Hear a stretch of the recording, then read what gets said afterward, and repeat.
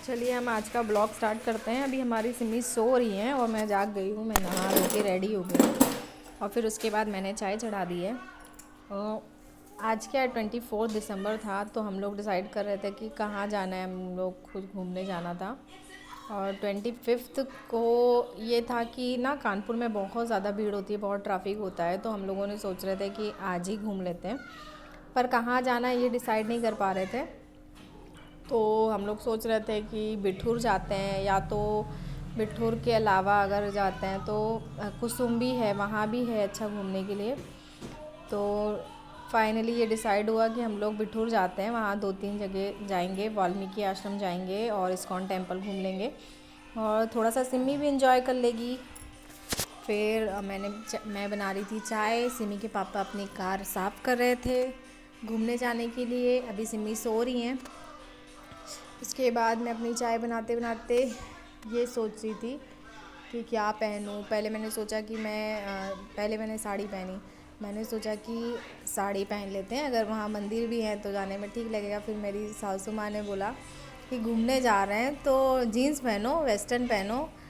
तो फिर मैंने ना साड़ी उतार के चेंज किया। फिर मैंने सोचा मैं वेस्टर्न ही पहन लेती हूँ, तो फिर मैंने चेंज कर लिया। मैंने एक जंपसूट पहना था, अभी मेकअप नहीं किया था, सिर्फ ड्रेस ही पहनी थी। उसके बाद सिमी आई, सिमी ने भी अपनी सिर्फ ड्रेस पहनी थी। कानपुर में क्या है, थोड़ी सी ठंडी है, तो इसीलिए ना मैंने सिमी को इनर पहना दी थी और मैं जैकेट पहन के हम लोग दोनों लोग रेडी हो गए थे जाने के लिए।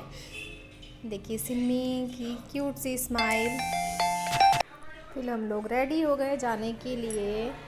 फिर हम लोग कार में बैठ गए, मम्मी, मैं, सिमी, सिमी के पापा थे और मुझे मेरी भाभी को पिक करना था कल्याणपुर से। मकड़ी खेड़ा से मुझे पिक करना था इस्कॉन टेम्पल के पास से। तो हम लोग निकल गए अपनी डेस्टिनेशन की तरफ।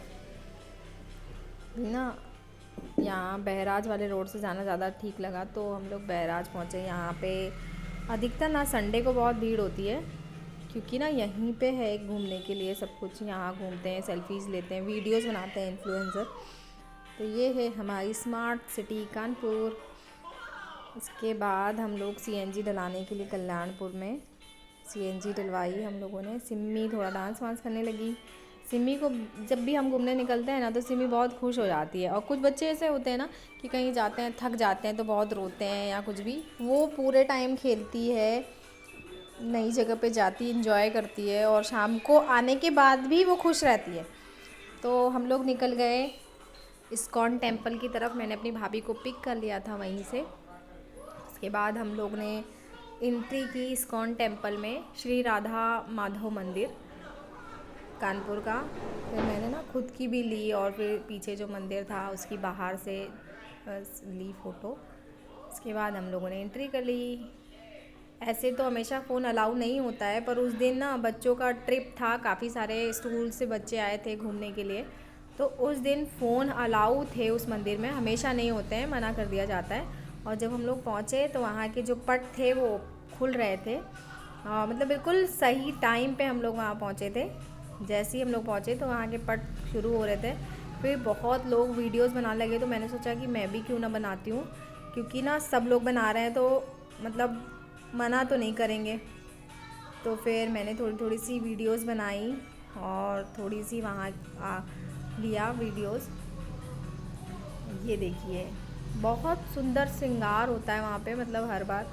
फिर हम लोग वहाँ से निकल गए ब्रह्मव्रत घाट, राम घाट। हम लोगों ने गाड़ी पार्क की राम घाट पे, फिर पैदल पैदल चलते हुए हम लोग यहाँ पहुँचे। यहाँ बहुत पुराने मंदिर थे। एक महाकालेश्वर का मंदिर था, बहुत प्राचीन था। ये देखिए पीछे कुछ कुछ जगह ऐसी हैं जो टूट चुकी हैं और कुछ है प्रॉपर बना हुआ है। ये देखिए, ये देखिए बहुत प्यारी लोकेशन थी। मतलब घूमने के हिसाब से ये था कि आप बढ़िया बिठूर जाइए आराम से, बिल्कुल शांति वाला माहौल था यहाँ पे। बहुत शांत माहौल है, ऐसा लगता है वहाँ जैसे कोई है ही नहीं, बिल्कुल कोई, बिल्कुल शहर की चकाचौंध से बिल्कुल दूर, बिल्कुल शांत माहौल रहता है वहाँ पे। मतलब कहीं भी आउटर साइड में अगर हम लोग जाते हैं घूमने फिरने तो गाड़ियों की भी आवाज़ नहीं आती है और बिल्कुल शांत माहौल जैसा वहाँ पे ऐसा फील हो रहा था हमें। उसके बाद हम लोग निकल गए ब्रह्मव्रत मंदिर। वहाँ कहते हैं सारी जो भी मान्यता है कि जो भी मान की जाती है, जो भी मांगा जाता है वो ज़रूर पूरा होता है। वहाँ के जो पंडित जी हैं वो आपका नाम लेके आपका नाम लेके जो भी आप चढ़ाना चाहते हैं वहाँ पे वो चढ़ाइए, आपका नाम लेके वो वहाँ पे अर्पित करते हैं उनको। फिर हम लोग पहुँच गए वाल्मीकि आश्रम, जो कि वहाँ से थोड़ी ही दूर पे था। वाल्मीकि आश्रम जिसमें वाल्मीकि जी रहे थे, और वहाँ पे सीता माता अपने दोनों पुत्र लव और कुश का जन्म वहीं हुआ था। जब राम जी ने सीता माता का परित्याग कर दिया था, तो जो सीता माता हैं वो यहीं आई हुई थी और यहीं उन्होंने अपना वनवास काटा था। उसके बाद लव कुश का जन्म भी यहीं हुआ था। और यहाँ पे जो भी बना हुआ है सारा अंदर बना हुआ है कि यहाँ पे सीता माता जी खाना बनाती थी, उनकी रसोई है, उनके कुछ कुछ बर्तन भी वहाँ हैं, दिखाया गया था। और ये जो बाहर जो ये जो वीडियो देख रहे हैं आप, इसमें ना बहुत सारी प्रतिमाएं बनी हुई थी अलग अलग, जैसे ब्रह्मा जी की हैं और सारे जो ऋषि मुनि हैं वो उनके बने हुए थे। तो ये बहुत सुंदर लग रहा था। बस थोड़ा अगर इसको मेंटेन कर दिया जाए तो ये बहुत सुंदर था। फिर उसके बाद हम लोग निकल गए वाल्मीकि आश्रम के अंदर।